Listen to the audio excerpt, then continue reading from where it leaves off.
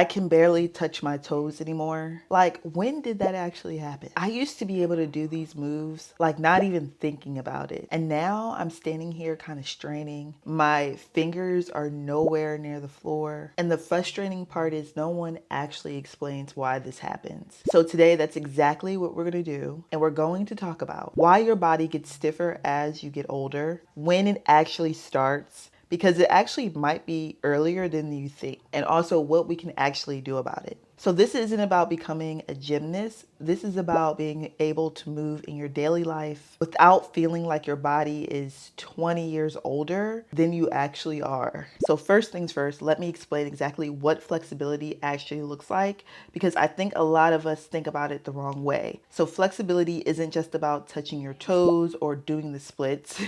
It's really about how far your joints can actually move and how much range of motion each joint in your body has, okay? Scientists have already been studying this since like the 1940s, and over all that research, one thing became very clear: as we get older, that range quietly shrinks. Not all at once though, not dramatically, just gradually over time. Your body starts to move a little less freely, and most of us don't notice until one day we're trying to bend over and realize that we can't. And here's something that's actually surprising me when I was doing my research. It doesn't even happen evenly across your whole body. Some joints stiffen faster than others. So one of the biggest studies that have been done, they tested 6,000 people, right? From ages 5 to almost 92. And what they found was that the shoulders and the hips, okay, tend to lose mobility the fastest. So then your knees and your elbows, they hold up the longest, which honestly, it does explain a lot for me. So at this current moment, my knees feel totally fine, right? When I squat, I love it. I don't feel pain in my knees, but my hips and ankles, that's where I feel it the most. That's where I tend to run into trouble. I have a lot of stiffness in those areas. And to be honest, I thought that was just a me thing, but there's actually science behind it that can back this up. So here's a question. So when did I first notice I couldn't move the way I used to? It was when I wind up having SI joint pain. And to be honest, that was rooted all in my desk life, which I've been sitting at a desk, working at a desk for over 10 years. So for me, it showed up in my hip exercises. So think about this. I sit at a desk for the day, right? When you sit like that for hours, 8 to 10 hours, your hip flexors are stuck in a shortened, compressed position. They just sit there. They're tight, not moving. And over time, they stop wanting to move. So you sit, your hips get tight. The tight hips make movement uncomfortable, right? So you move less, and now your joints stiffen even more. It's a quiet cycle, it's gradual, and then one day you notice you can't touch your toes. After that, I necessarily wasn't able to touch my toes, but if I didn't come to this realization sooner, I was having back pain to the point like I was like stuck in my bed longer than I wanted to because my back was hurting so much. And that's when I kind of realized, you got some things going on here, Deanna, that you need to fix. So we're going to talk about now the actual science of why this is happening, but I'm going to keep it simple. So the first reason, your collagen is declining. I'm 35 years old, okay? So keep this in mind. Collagen is the most abundant protein in your body. It's what keeps your muscles, your tendons, your cartilage, and your connective tissue flexible and also resilient, right? So what actually surprised me was that your collagen levels tend to slow down, they decline, starting around the age of 25. 25, that is not old. That's just life.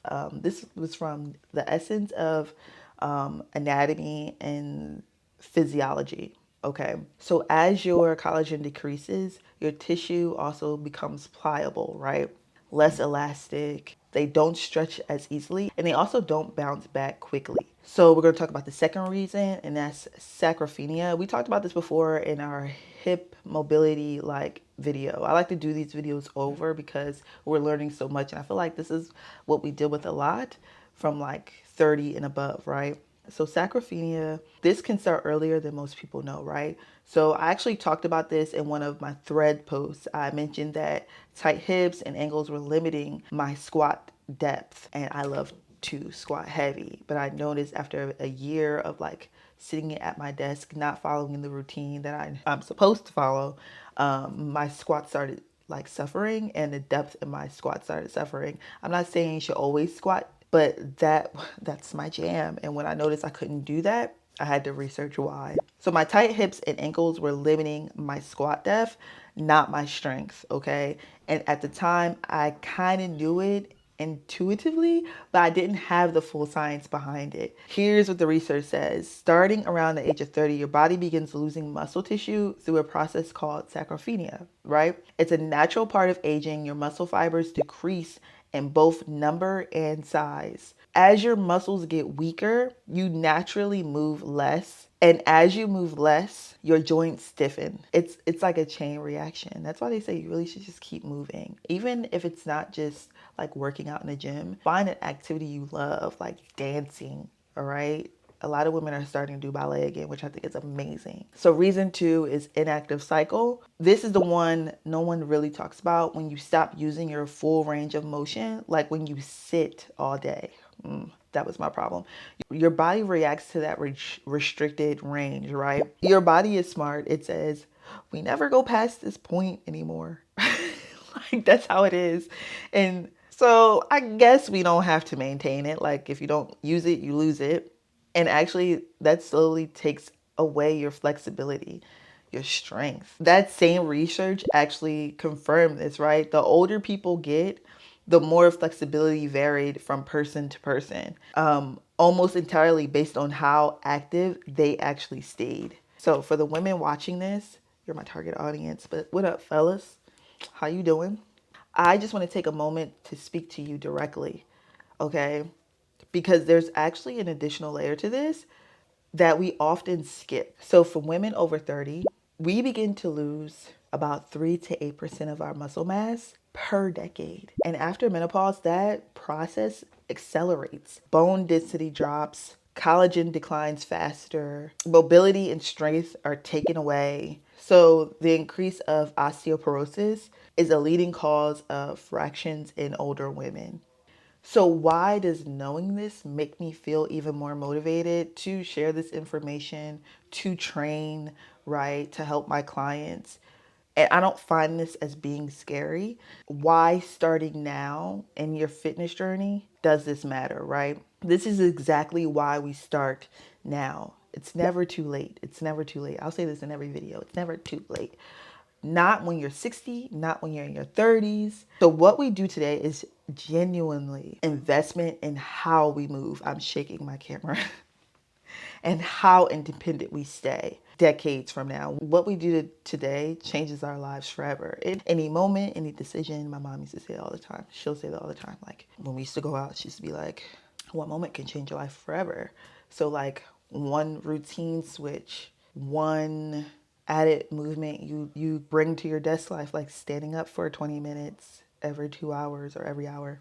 So we remember what we do today is an investment in how we move and how independent we stay, even decades from now. Where I want to emphasize this. I'm gonna put this in a caption. I don't want to come on here making you feel hopeless, because here's what's actually a good thing. This is good news. This is not permanent, but it is reversible. Exercise can slow, stop, and in many cases actually reverse age-related flexibility loss. So research says that staying active is the single biggest factor in how flexible you are compared to someone your same age. So remember those 6,000 people in the study? The ones that stayed active maintain their flexibility way longer. The difference between a 45-year-old who moves regularly and one who doesn't is dramatic. So here's what actually works. So number 1, mobility work. Specifically for your hips and also your ankles, because we're sitting at a desk, right? A lot of times when you're sitting, your hips are in a shortened state and your ankles are in a shortened state. I didn't realize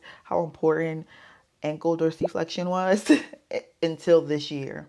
So these are the joints that tend to have the biggest impact, especially if you work at a desk. So I would do mobility work like hip flexors, 990, hips openers, hip switches. Those are my favorite in any leg day routine. Sometimes I'll do them on upper body routines. Ankle rotations, you can literally do them at your desk when you're standing for those 20 minutes. A few minutes of day can really make a difference. Give yourself a little routine, right? Number 2 is stretching consistently. Not just when you remember, like, oh, let me stretch tonight because I haven't done it in 5 days. But you want to be consistent with these things. When you're sitting, it's tightening everything. You're so sore. Like, you ever get up and your back it's just like so sore? That's me. That's me. That's where I stretch regularly, not just on workout days. I tend to have a little stretch routine after I leave my desk because I'm going out for a walk, and also before I go to sleep. I think that's amazing. And then I'm stretching in the morning when I go to the gym. And then strength training. This actually helps with flexibility too. If you didn't know it or not, it does. It's amazing. When you train through a full range of motion, like a proper squat or a hip hinge, right? So you're building both strength and mobility at the same time. So my favorites are like back squats. I love going full range of motion. I love going full range of motion. I love going into a deep squat. So when I figured out that my deep squat was kind of like being played with, I had to fix that quickly. And then I love doing bent over rows. I think bent over rows made my upper body so much more stronger, but also flexible. And I feel less tight. There's so many other workouts you can do too to help with like tightness in your chest area. Because remember, we're sitting like this most of the time. Let's be honest. We need to be sitting like this. But sometimes I fall here. Sometimes I fall here. Like, it's crazy. Once you start realizing these things, you know, we're going to make a change. We're going to do something different. Okay? I'm losing. I have to look at my notes because like I start like okay, and then 4, balance work. We don't talk enough about balance work. And I think that might be balance and stability might be my 2 favorites. When you're really intentional about it, it's like you can do workouts like bird dogs, single leg stands. I like to do lateral side step ups. Those are my favorite, helping with balance depending how you go through the movement, right? These keep your joints and nervous system communicating properly with one another. My 5th thing, don't fear weight bearing exercises. So the walking, squatting, carrying groceries, picking up your kids, me picking up my nieces, right? Carrying them. These like daily activities intentionally, like that's why we need to slow down a bit. That's why I be telling myself, slow down, work through the movement. Like I'm carrying groceries, and the goal is to move well for life. Okay, so now that we've gotten here, if you're still watching this and you're thinking, okay, where do I start, Deanna? I'm gonna give you a simple routine for like the next 2 weeks. Stay committed. No gym equipment required. Okay, this is why I love making these videos. I love giving you free information, things that you can do, right? Because I want you to be consistent. If that means I have to give you something for free, I'm gonna do it. If you commit to this for at leleast 2 weeks, then maybe you're like, you know what? Maybe now that I'm like comfortable doing this at home, maybe let me go in the gym. Maybe let me add some weights to that. Like, you know, so here.